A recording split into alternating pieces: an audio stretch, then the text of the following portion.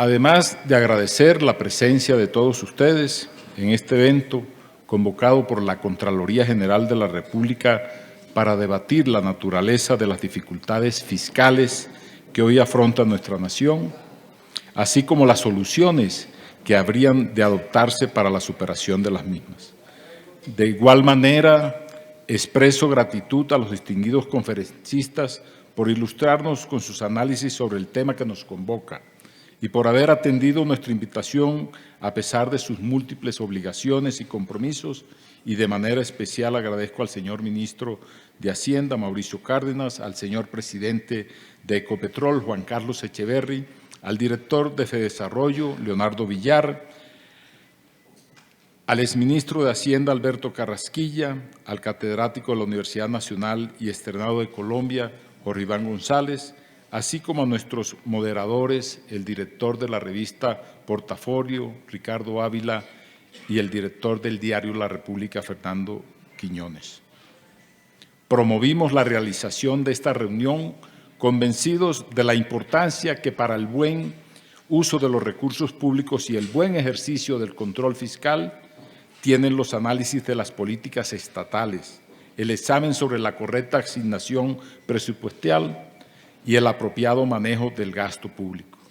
Temas estos sobre los cuales la Contraloría hace una especial vigilancia dentro de su misión constitucional. Nuestro trabajo encuentra un vehículo para su difusión en la revista Economía Colombiana, la publicación de la Contraloría General de la República, que ostenta el honroso título de ser la más antigua en su género de las que circulan en esta materia en nuestro país. Por lo que ella ha significado como medio de difusión de ideas e iniciativas sobre nuestro transcurrir económico, por lo que representa para la sana controversia en un clima riguroso de respeto intelectual y por ser un instrumento apropiado para difundir el trabajo que realizan los funcionarios de la Contraloría General de la República, la revista ha venido contando y seguirá teniendo un apoyo irrestricto de la alta dirección de la Contraloría General de la República. Propósito para el cual hemos decidido estar acompañados por un selecto grupo de colombianos como miembros del Consejo Editorial de la publicación, por su formación, por su experiencia y por el servicio que le han prestado a nuestra institucionalidad. Su orientación es prenda de garantía de que la revista analiza desde una perspectiva amplia y pluralista las distintas temáticas que en ella se abordan. A los miembros del Consejo Editorial, doctores Santiago Montenegro, Jorge Humberto Botero, Margarita Henao, Antonio Hernández, César González y Beethoven Herrera, les expresamos igualmente nuestra gratitud por su dedicación y su valiosa guía. Con la asesoría de este Consejo se acordó que la estructura de la revista tendría 4 grandes secciones. En la primera se abordan, bajo distintas perspectivas y enfoques metodológicos, un tema central sobre el cual la Contraloría está interesada en llamar la atención de las ramas del poder público y de la ciudadanía, a fin de que sobre el mismo se repiensen acciones de políticas públicas que contribuyan a solucionar el problema de que se trata o a fortalecer aquellas líneas de acción en las que ya se venga trabajando. En la segunda, se da a conocer las labores que en distintas áreas adelantan los funcionarios de la Contraloría General de la República, y en la tercera se inserta un texto que recoge con vocación histórica el recuento de un episodio que por su significado constituya un hecho digno de conservar con especial ahínco en la memoria de todos los colombianos. Y para cerrar, con una cuarta sección que presenta el análisis de la coyuntura económica. El tema central de la edición 345 de la revista, que hoy se presenta, está dedicado precisamente al debate sobre las dificultades fiscales que estamos enfrentando por la caída de los precios internacionales de los principales bienes exportables del país, producto de múltiples factores en la escena internacional, eventos que han tenido y tendrán profundas implicaciones sobre la economía colombiana en los próximos años. En el plano de la economía real, se modificará la composición del Producto Interno Bruto, al tiempo que se verán afectadas las principales variables macroeconómicas como las exportaciones, la inversión extranjera, el tipo de cambio, el nivel de la inflación interna, el valor de las regalías y, de manera más amplia, los demás ingresos fiscales de nuestro país, los cuales tenderán a disminuir tanto por la menor renta que generarán en especial el carbón y el petróleo, como los menores dividendos que recibirá el Gobierno nacional a consecuencia de la reducción de las utilidades de la empresa colombiana de petróleos. Frente a esas circunstancias, resulta imperioso preguntarse cuál es el rumbo más conveniente que se debe dar a la política fiscal de la nación, a fin de lo cual solicitamos la colaboración de reconocidos y calificados expertos para que con sus análisis ayudaran en este número de la revista a resolver ese interrogante. Algunos de estos exámenes se centraron en los efectos estructurales que sobre las finanzas del país tendrá la nueva realidad que hoy afrontamos, mientras que otros hacen énfasis en los impactos de más corto plazo. Sin pretender adelantarme al debate que tendrá lugar en breve, permítame compartir con ustedes algunos de los temas que se abordaron en esta edición y que los lectores encontrarán en nuestra publicación que le ha sido entregada a todos ustedes en el día de hoy. Sobre el nivel de la tributación que pagamos los colombianos, en su artículo el doctor Miguel Urrutia, quien intervendrá en este acto con su ponencia sobre el presente y futuro de la finanza, anota, comillas, las comparaciones internacionales y las recurrentes crisis fiscales sugieren que los niveles actuales de tributación no son compatibles con las ambiciosas metas de cumplimiento de los derechos económicos de la Constitución de 1991, cierro comillas. Similar es el parecer del doctor Julio Roberto Pisa, quien en su documento anota que, comillas, las necesidades fiscales del país no se garantizan con el recaudo actual, cierro comillas. De igual opinión son otros autores, como Iván Duque, que abordan el asunto en nuestra publicación. Así las cosas, estos tratadistas contradicen con sólida información la muy popular afirmación de algunos comentaristas de nuestros medios de comunicación, en especial los radiales, quienes afirman una y otra vez que el nivel de la tributación en Colombia es exorbitante. La discordancia entre la realidad que muestran las cifras y esa errónea percepción se explica en ocasiones por el interés de algunos sectores de seguir manteniendo en extremo baja su contribución al funcionamiento de nuestra sociedad. La mayoría de las veces, sin embargo, la difundida creencia obedece a lo inequitativo del sistema tributario que, contrario a la que aconseja la técnica y la justicia, da un tratamiento diferencial a contribuyentes cuya situación de ingreso es similar. Por eso es cierto al tiempo que el nivel de tributación medido por estándares internacionales es bajo en comparación con el tamaño de la economía y es en extremo alto para algunos grupos sociales de nuestro país. Si a ello se agrega, además, que existen problemas de eficiencia en el recaudo, pues la evasión es tolerada socialmente, que la administración tributaria no tiene el nivel de eficacia requerida y que es vulnerable a las manipulaciones de funcionarios y contribuyentes corruptos. Se debe concluir así que es imperioso someter en breve a la consideración del Congreso de la República una reforma tributaria que subsane tan notorias deficiencias en nuestro sistema impositivo y que avance en una estructura tributaria con mayor equidad. Escucharemos y debatiremos en este foro los lineamientos sobre la nueva normatividad que viene en progreso y los aspectos que merecen honda corrección. Condición necesaria para lograr que la reforma cumpla Su cometido es que el debate se centre en la estructura de los impuestos directos e indirectos, en la equidad, en la eficiencia, en la supresión de los privilegios indebidos, en las normas antievasión y antielusión y en la expedición de un código tributario que contemple con vocación de permanencia los aspectos procedimentales sustantivos sobre la forma de cumplir con las obligaciones, los derechos de los contribuyentes y las competencias y facultades de la Administración,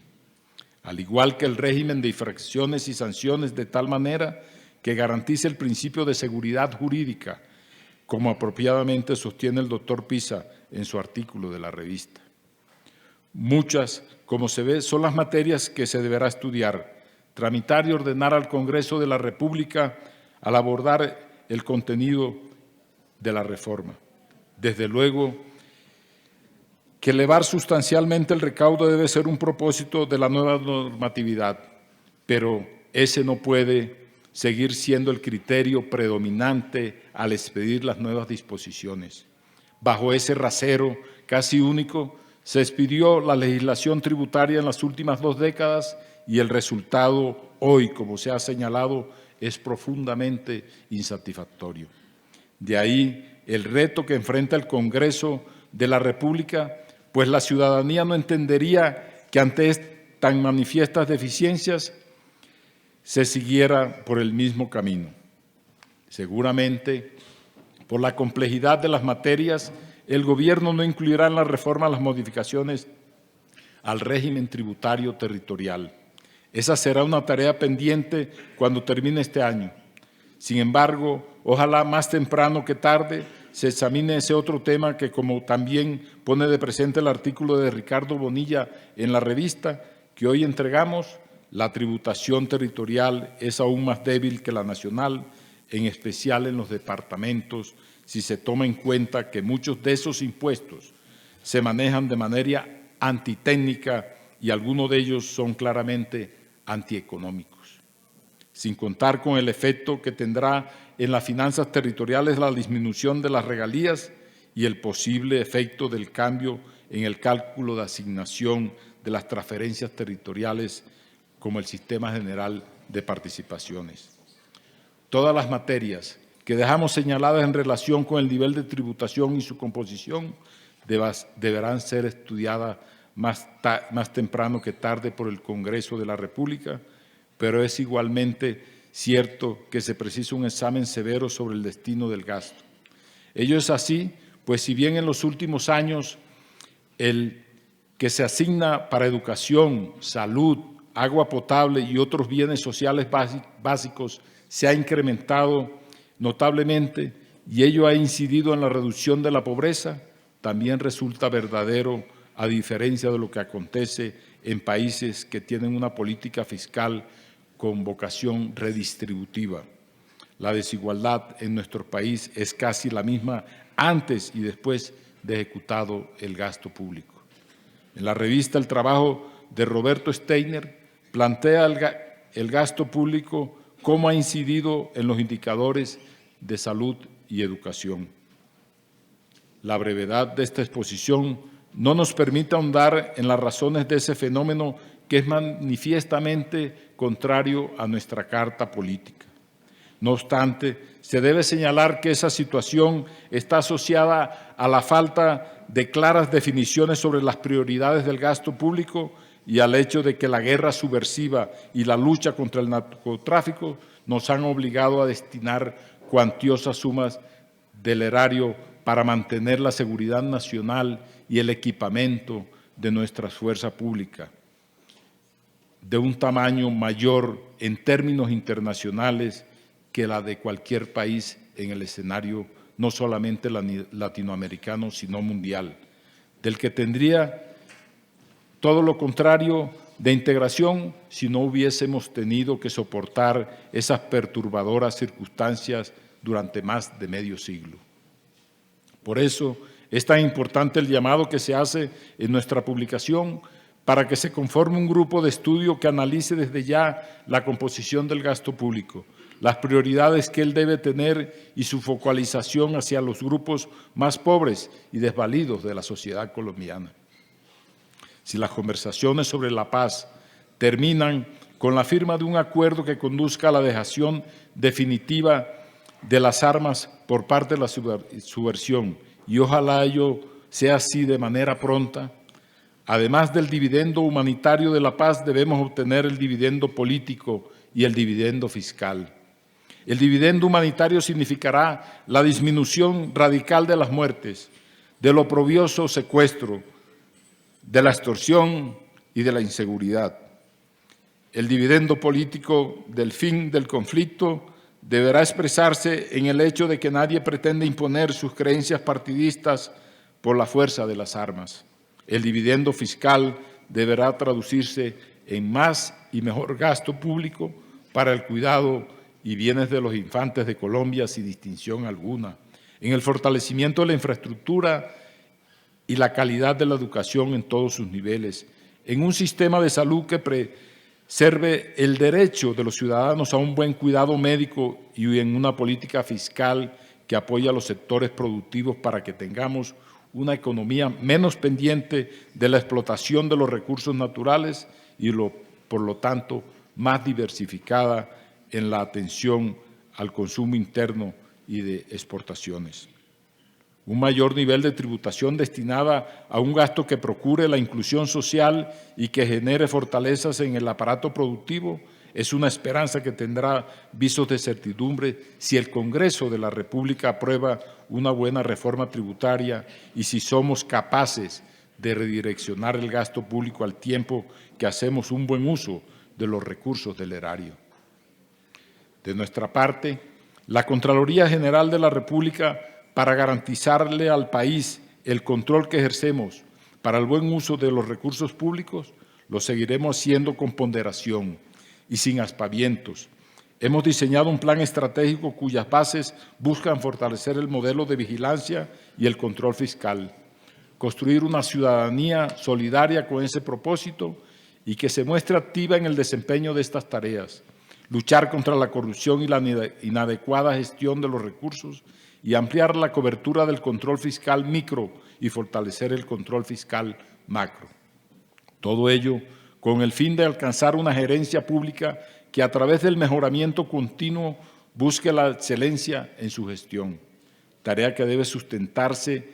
en la idoneidad, la experiencia y la transparencia de nuestros funcionarios, de suerte que se asegure un buen funcionamiento de la institución y el aprecio que por ella debe tener la ciudadanía colombiana. Esas tareas se verán fortalecidas en las próximas semanas cuando terminemos de superar las dificultades logísticas que actualmente afrontamos, al tener que trabajar en múltiples sedes durante casi año y medio de funcionamiento. Cuando en el mes de agosto estemos todos en el nuevo edificio de la Contraloría General de la República, nuestros funcionarios van a disfrutar de las comodidades de la modernidad y las facilidades logísticas para realizar su trabajo de una mejor manera y tendrá allí la ciudadanía un mejor sitio para acompañarnos en las tareas del control fiscal participativo. La moderna sede de la Contraloría es el símbolo que marca el sendero del cambio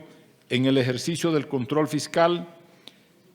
que iniciamos en septiembre del año 2014, del cual se beneficiarán todos los colombianos. El logro de esta adquisición fue posible gracias al apoyo del Gobierno Nacional en cabeza del Ministerio de Hacienda. Tanto al ocuparnos del control fiscal micro, como al llamar la atención del país sobre la calidad de la tributación en particular y en general de toda política pública, en la Contraloría General procuramos tener una visión integral de nuestras tareas misionales y en un todo acorde con los mandatos constitucionales y legales de nuestro país. Todos nuestros propósitos se afianzan con el desarrollo del proyecto del fortalecimiento institucional que adelantamos en los próximos 5 años a partir de este momento, con una inversión que asciende a $30 millones de un crédito del Banco Interamericano de Desarrollo. Mejoraremos nuestros procesos auditores, reforzaremos la tecnología y aumentaremos nuestra relación con los ciudadanos. Todo ello en el marco de ejercer un eficiente control a la gestión fiscal. Finalmente, además de conocer nuestras tareas y nuestras opiniones, de contribuir que la ciudadanía esté más formada y mejor formada y de propiciar análisis serenos y pluralistas, aspiramos que el respeto por la opinión entre los contradictores sea ejemplo de lo que en una Colombia en paz debe ser el debate civilizado entre quienes no necesariamente tenemos que estar de acuerdo para defender el derecho de cada quien a expresar libre, abierta y profusamente sus opiniones. Muchas gracias.